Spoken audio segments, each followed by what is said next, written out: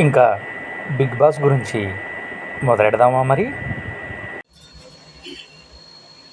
Hi friends, అందరికీ నమస్తే. Big boss season 8 నిన్న జరిగిన షో గురించి అయితే మనం మాట్లాడుకుందాం. షోలోకి వెళ్ళిపోయే ముందు చాలా విషయాలు ఉన్నాయి. మన మణికంఠ గురించి, యశ్విని గురించి, ప్రేరణ గురించి, అలాగే నిఖిల్ గురించి, అలాగే పృథ్వీ గురించి మాట్లాడేసుకునే ముందు మన ఛానల్ని ఎవరైతే చూస్తున్నారో ప్రతి ఒక్కరు కొంచెం ఎంకరేజ్ చేసి లైక్ చేయండి, సబ్స్క్రైబ్ చేయండి. అలాగే కుదిరితే బెల్ ఐకాన్ ఆన్ చేసి పెట్టుకోండి. మనం చేసే వీడియోస్ మీకు నోటిఫికేషన్లోకి వస్తాయి. ఓకే, మనం కంటెంట్లోకి వెళ్ళిపోయే ముందు నేను ఆ షో గురించి మాట్లాడుకుంటే, షో అయితే సూపర్ ఉందని చెప్పుకోవచ్చు. ఫస్ట్ 30 మినిట్స్ కొంచెం స్లోగా ఉన్న, లాస్ట్ 30 మినిట్స్కి వచ్చేవాడికి లాస్ట్ 25-30 మినిట్స్లో గేమ్స్తో అదరగొట్టేయాడు మన బిగ్ బాస్. కొత్త రూల్స్ అయితే పెట్టడం జరిగింది. దానికంటే ముందు ఏం జరిగింది, అసలు ఎవరిది ప్రేరణ అయితే పోయిన వీక్ ఉన్నంత పాజిటివ్లో అయితే ఇప్పుడైతే లేదని మనం చక్కగా క్లియర్ కట్గా మాట్లాడేసుకోవాలి. ఇంకంతే. మణికంఠ ఎందుకు ఇంకా ఆపేంటో ఒకటే కదా, వేసి పెడదాం దాందే ఉంది అని చెప్తే ఆడి మీద బ్లేమ్ చేయడం జరిగింది. అంత బ్లేమ్ అవసరం లేదు దానికి. వెళ్ళి సారీ చెప్పేసుకున్నారు, అయిపోయింది. తర్వాత మళ్ళీ మణికంఠతో డిస్కషన్. అంటే వీక్గా ఉన్న పర్సన్తో ఏదైనా ఫైట్ చేయొచ్చనే థింకింగ్లో ప్రేరణ అయితే ఉంది. అది మానుకుంటే చాలా మంచిది. లేదంటే కానీ ఫస్ట్ ప్లేస్లో యశ్విని ఉంది, తర్వాత సోనియా ఉంది, తర్వాత ప్రేరణ నువ్వే. అక్కడితో బంద్ చేస్తాను అంతే. యశ్విని అయితే నోరేసిన పడిపోతుంది. ఏం చూసుకుని అంత పొగరా అయితే చూడట్లా. యశ్విని నువ్వు ఈ వీక్ అయితే రెడీగా ఉండాల్సిందే. ఆడియన్స్ నిన్ను గమనిస్తూనే ఉన్నారు. అది బిగ్ బాస్ షో, అందరూ చూస్తూనే ఉన్నారు. జాగ్రత్తగా ఉండకపోతే మాత్రం ఈ 3 days 4 daysలో నువ్వైతే బిగ్ బాస్ నుండి బయటకు వచ్చాడు 100% కరెక్ట్.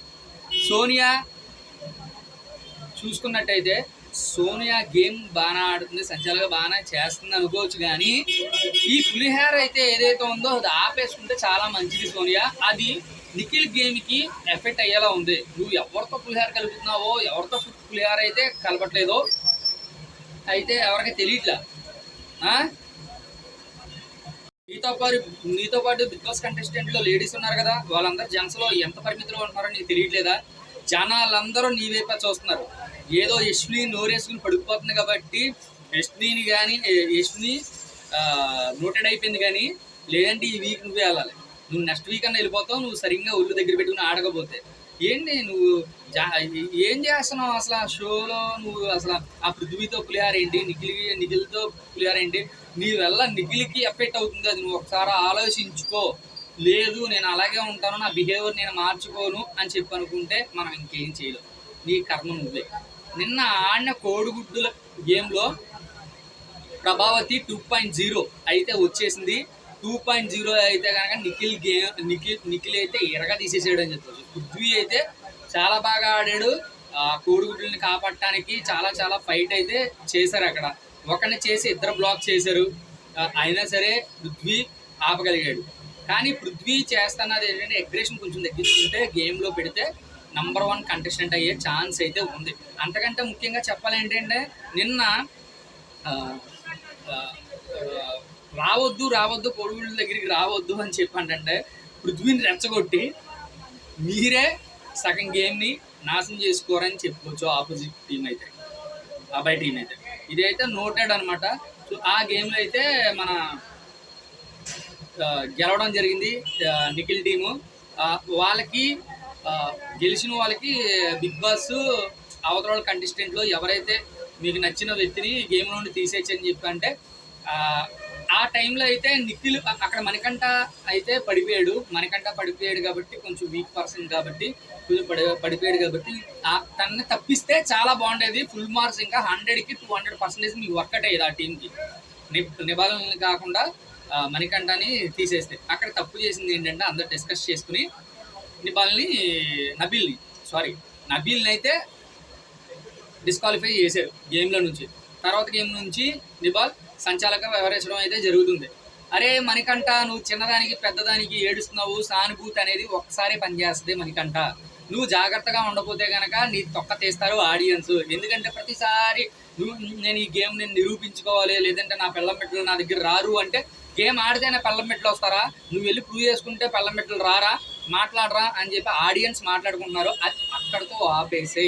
అది నువ్వు ఇంకోసారి ఎత్తితే ఫుల్ నెగిటివ్ రోల్లోకి వెళ్ళిపోతావు. ఇప్పటికే దాని గురించి బయట చాలా చర్చ జరుగుతుంది. మూసుకుని నీ గేమ్ నువ్వు వాడు, గేమ్ బాగా ఆడుతున్నావు, సంచాలకుగా బాగా చేస్తున్నావు, అలాగే ముందుకెళ్ళు.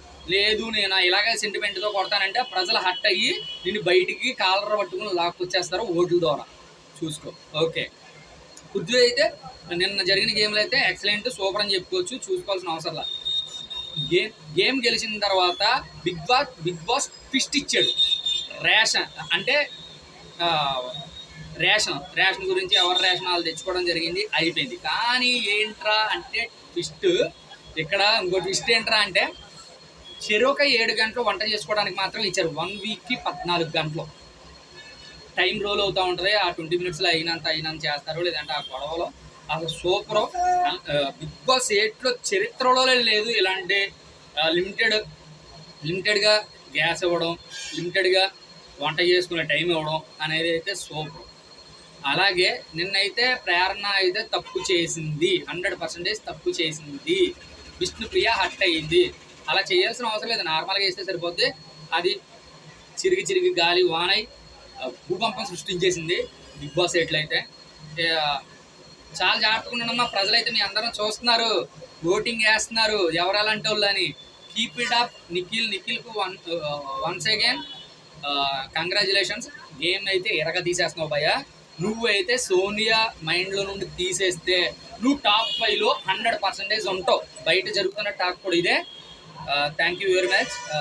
మన ఛానల్ని అయితే కంపల్సరీగా లైక్ చేసి సబ్స్క్రైబ్ చేసుకోండి. Thank you.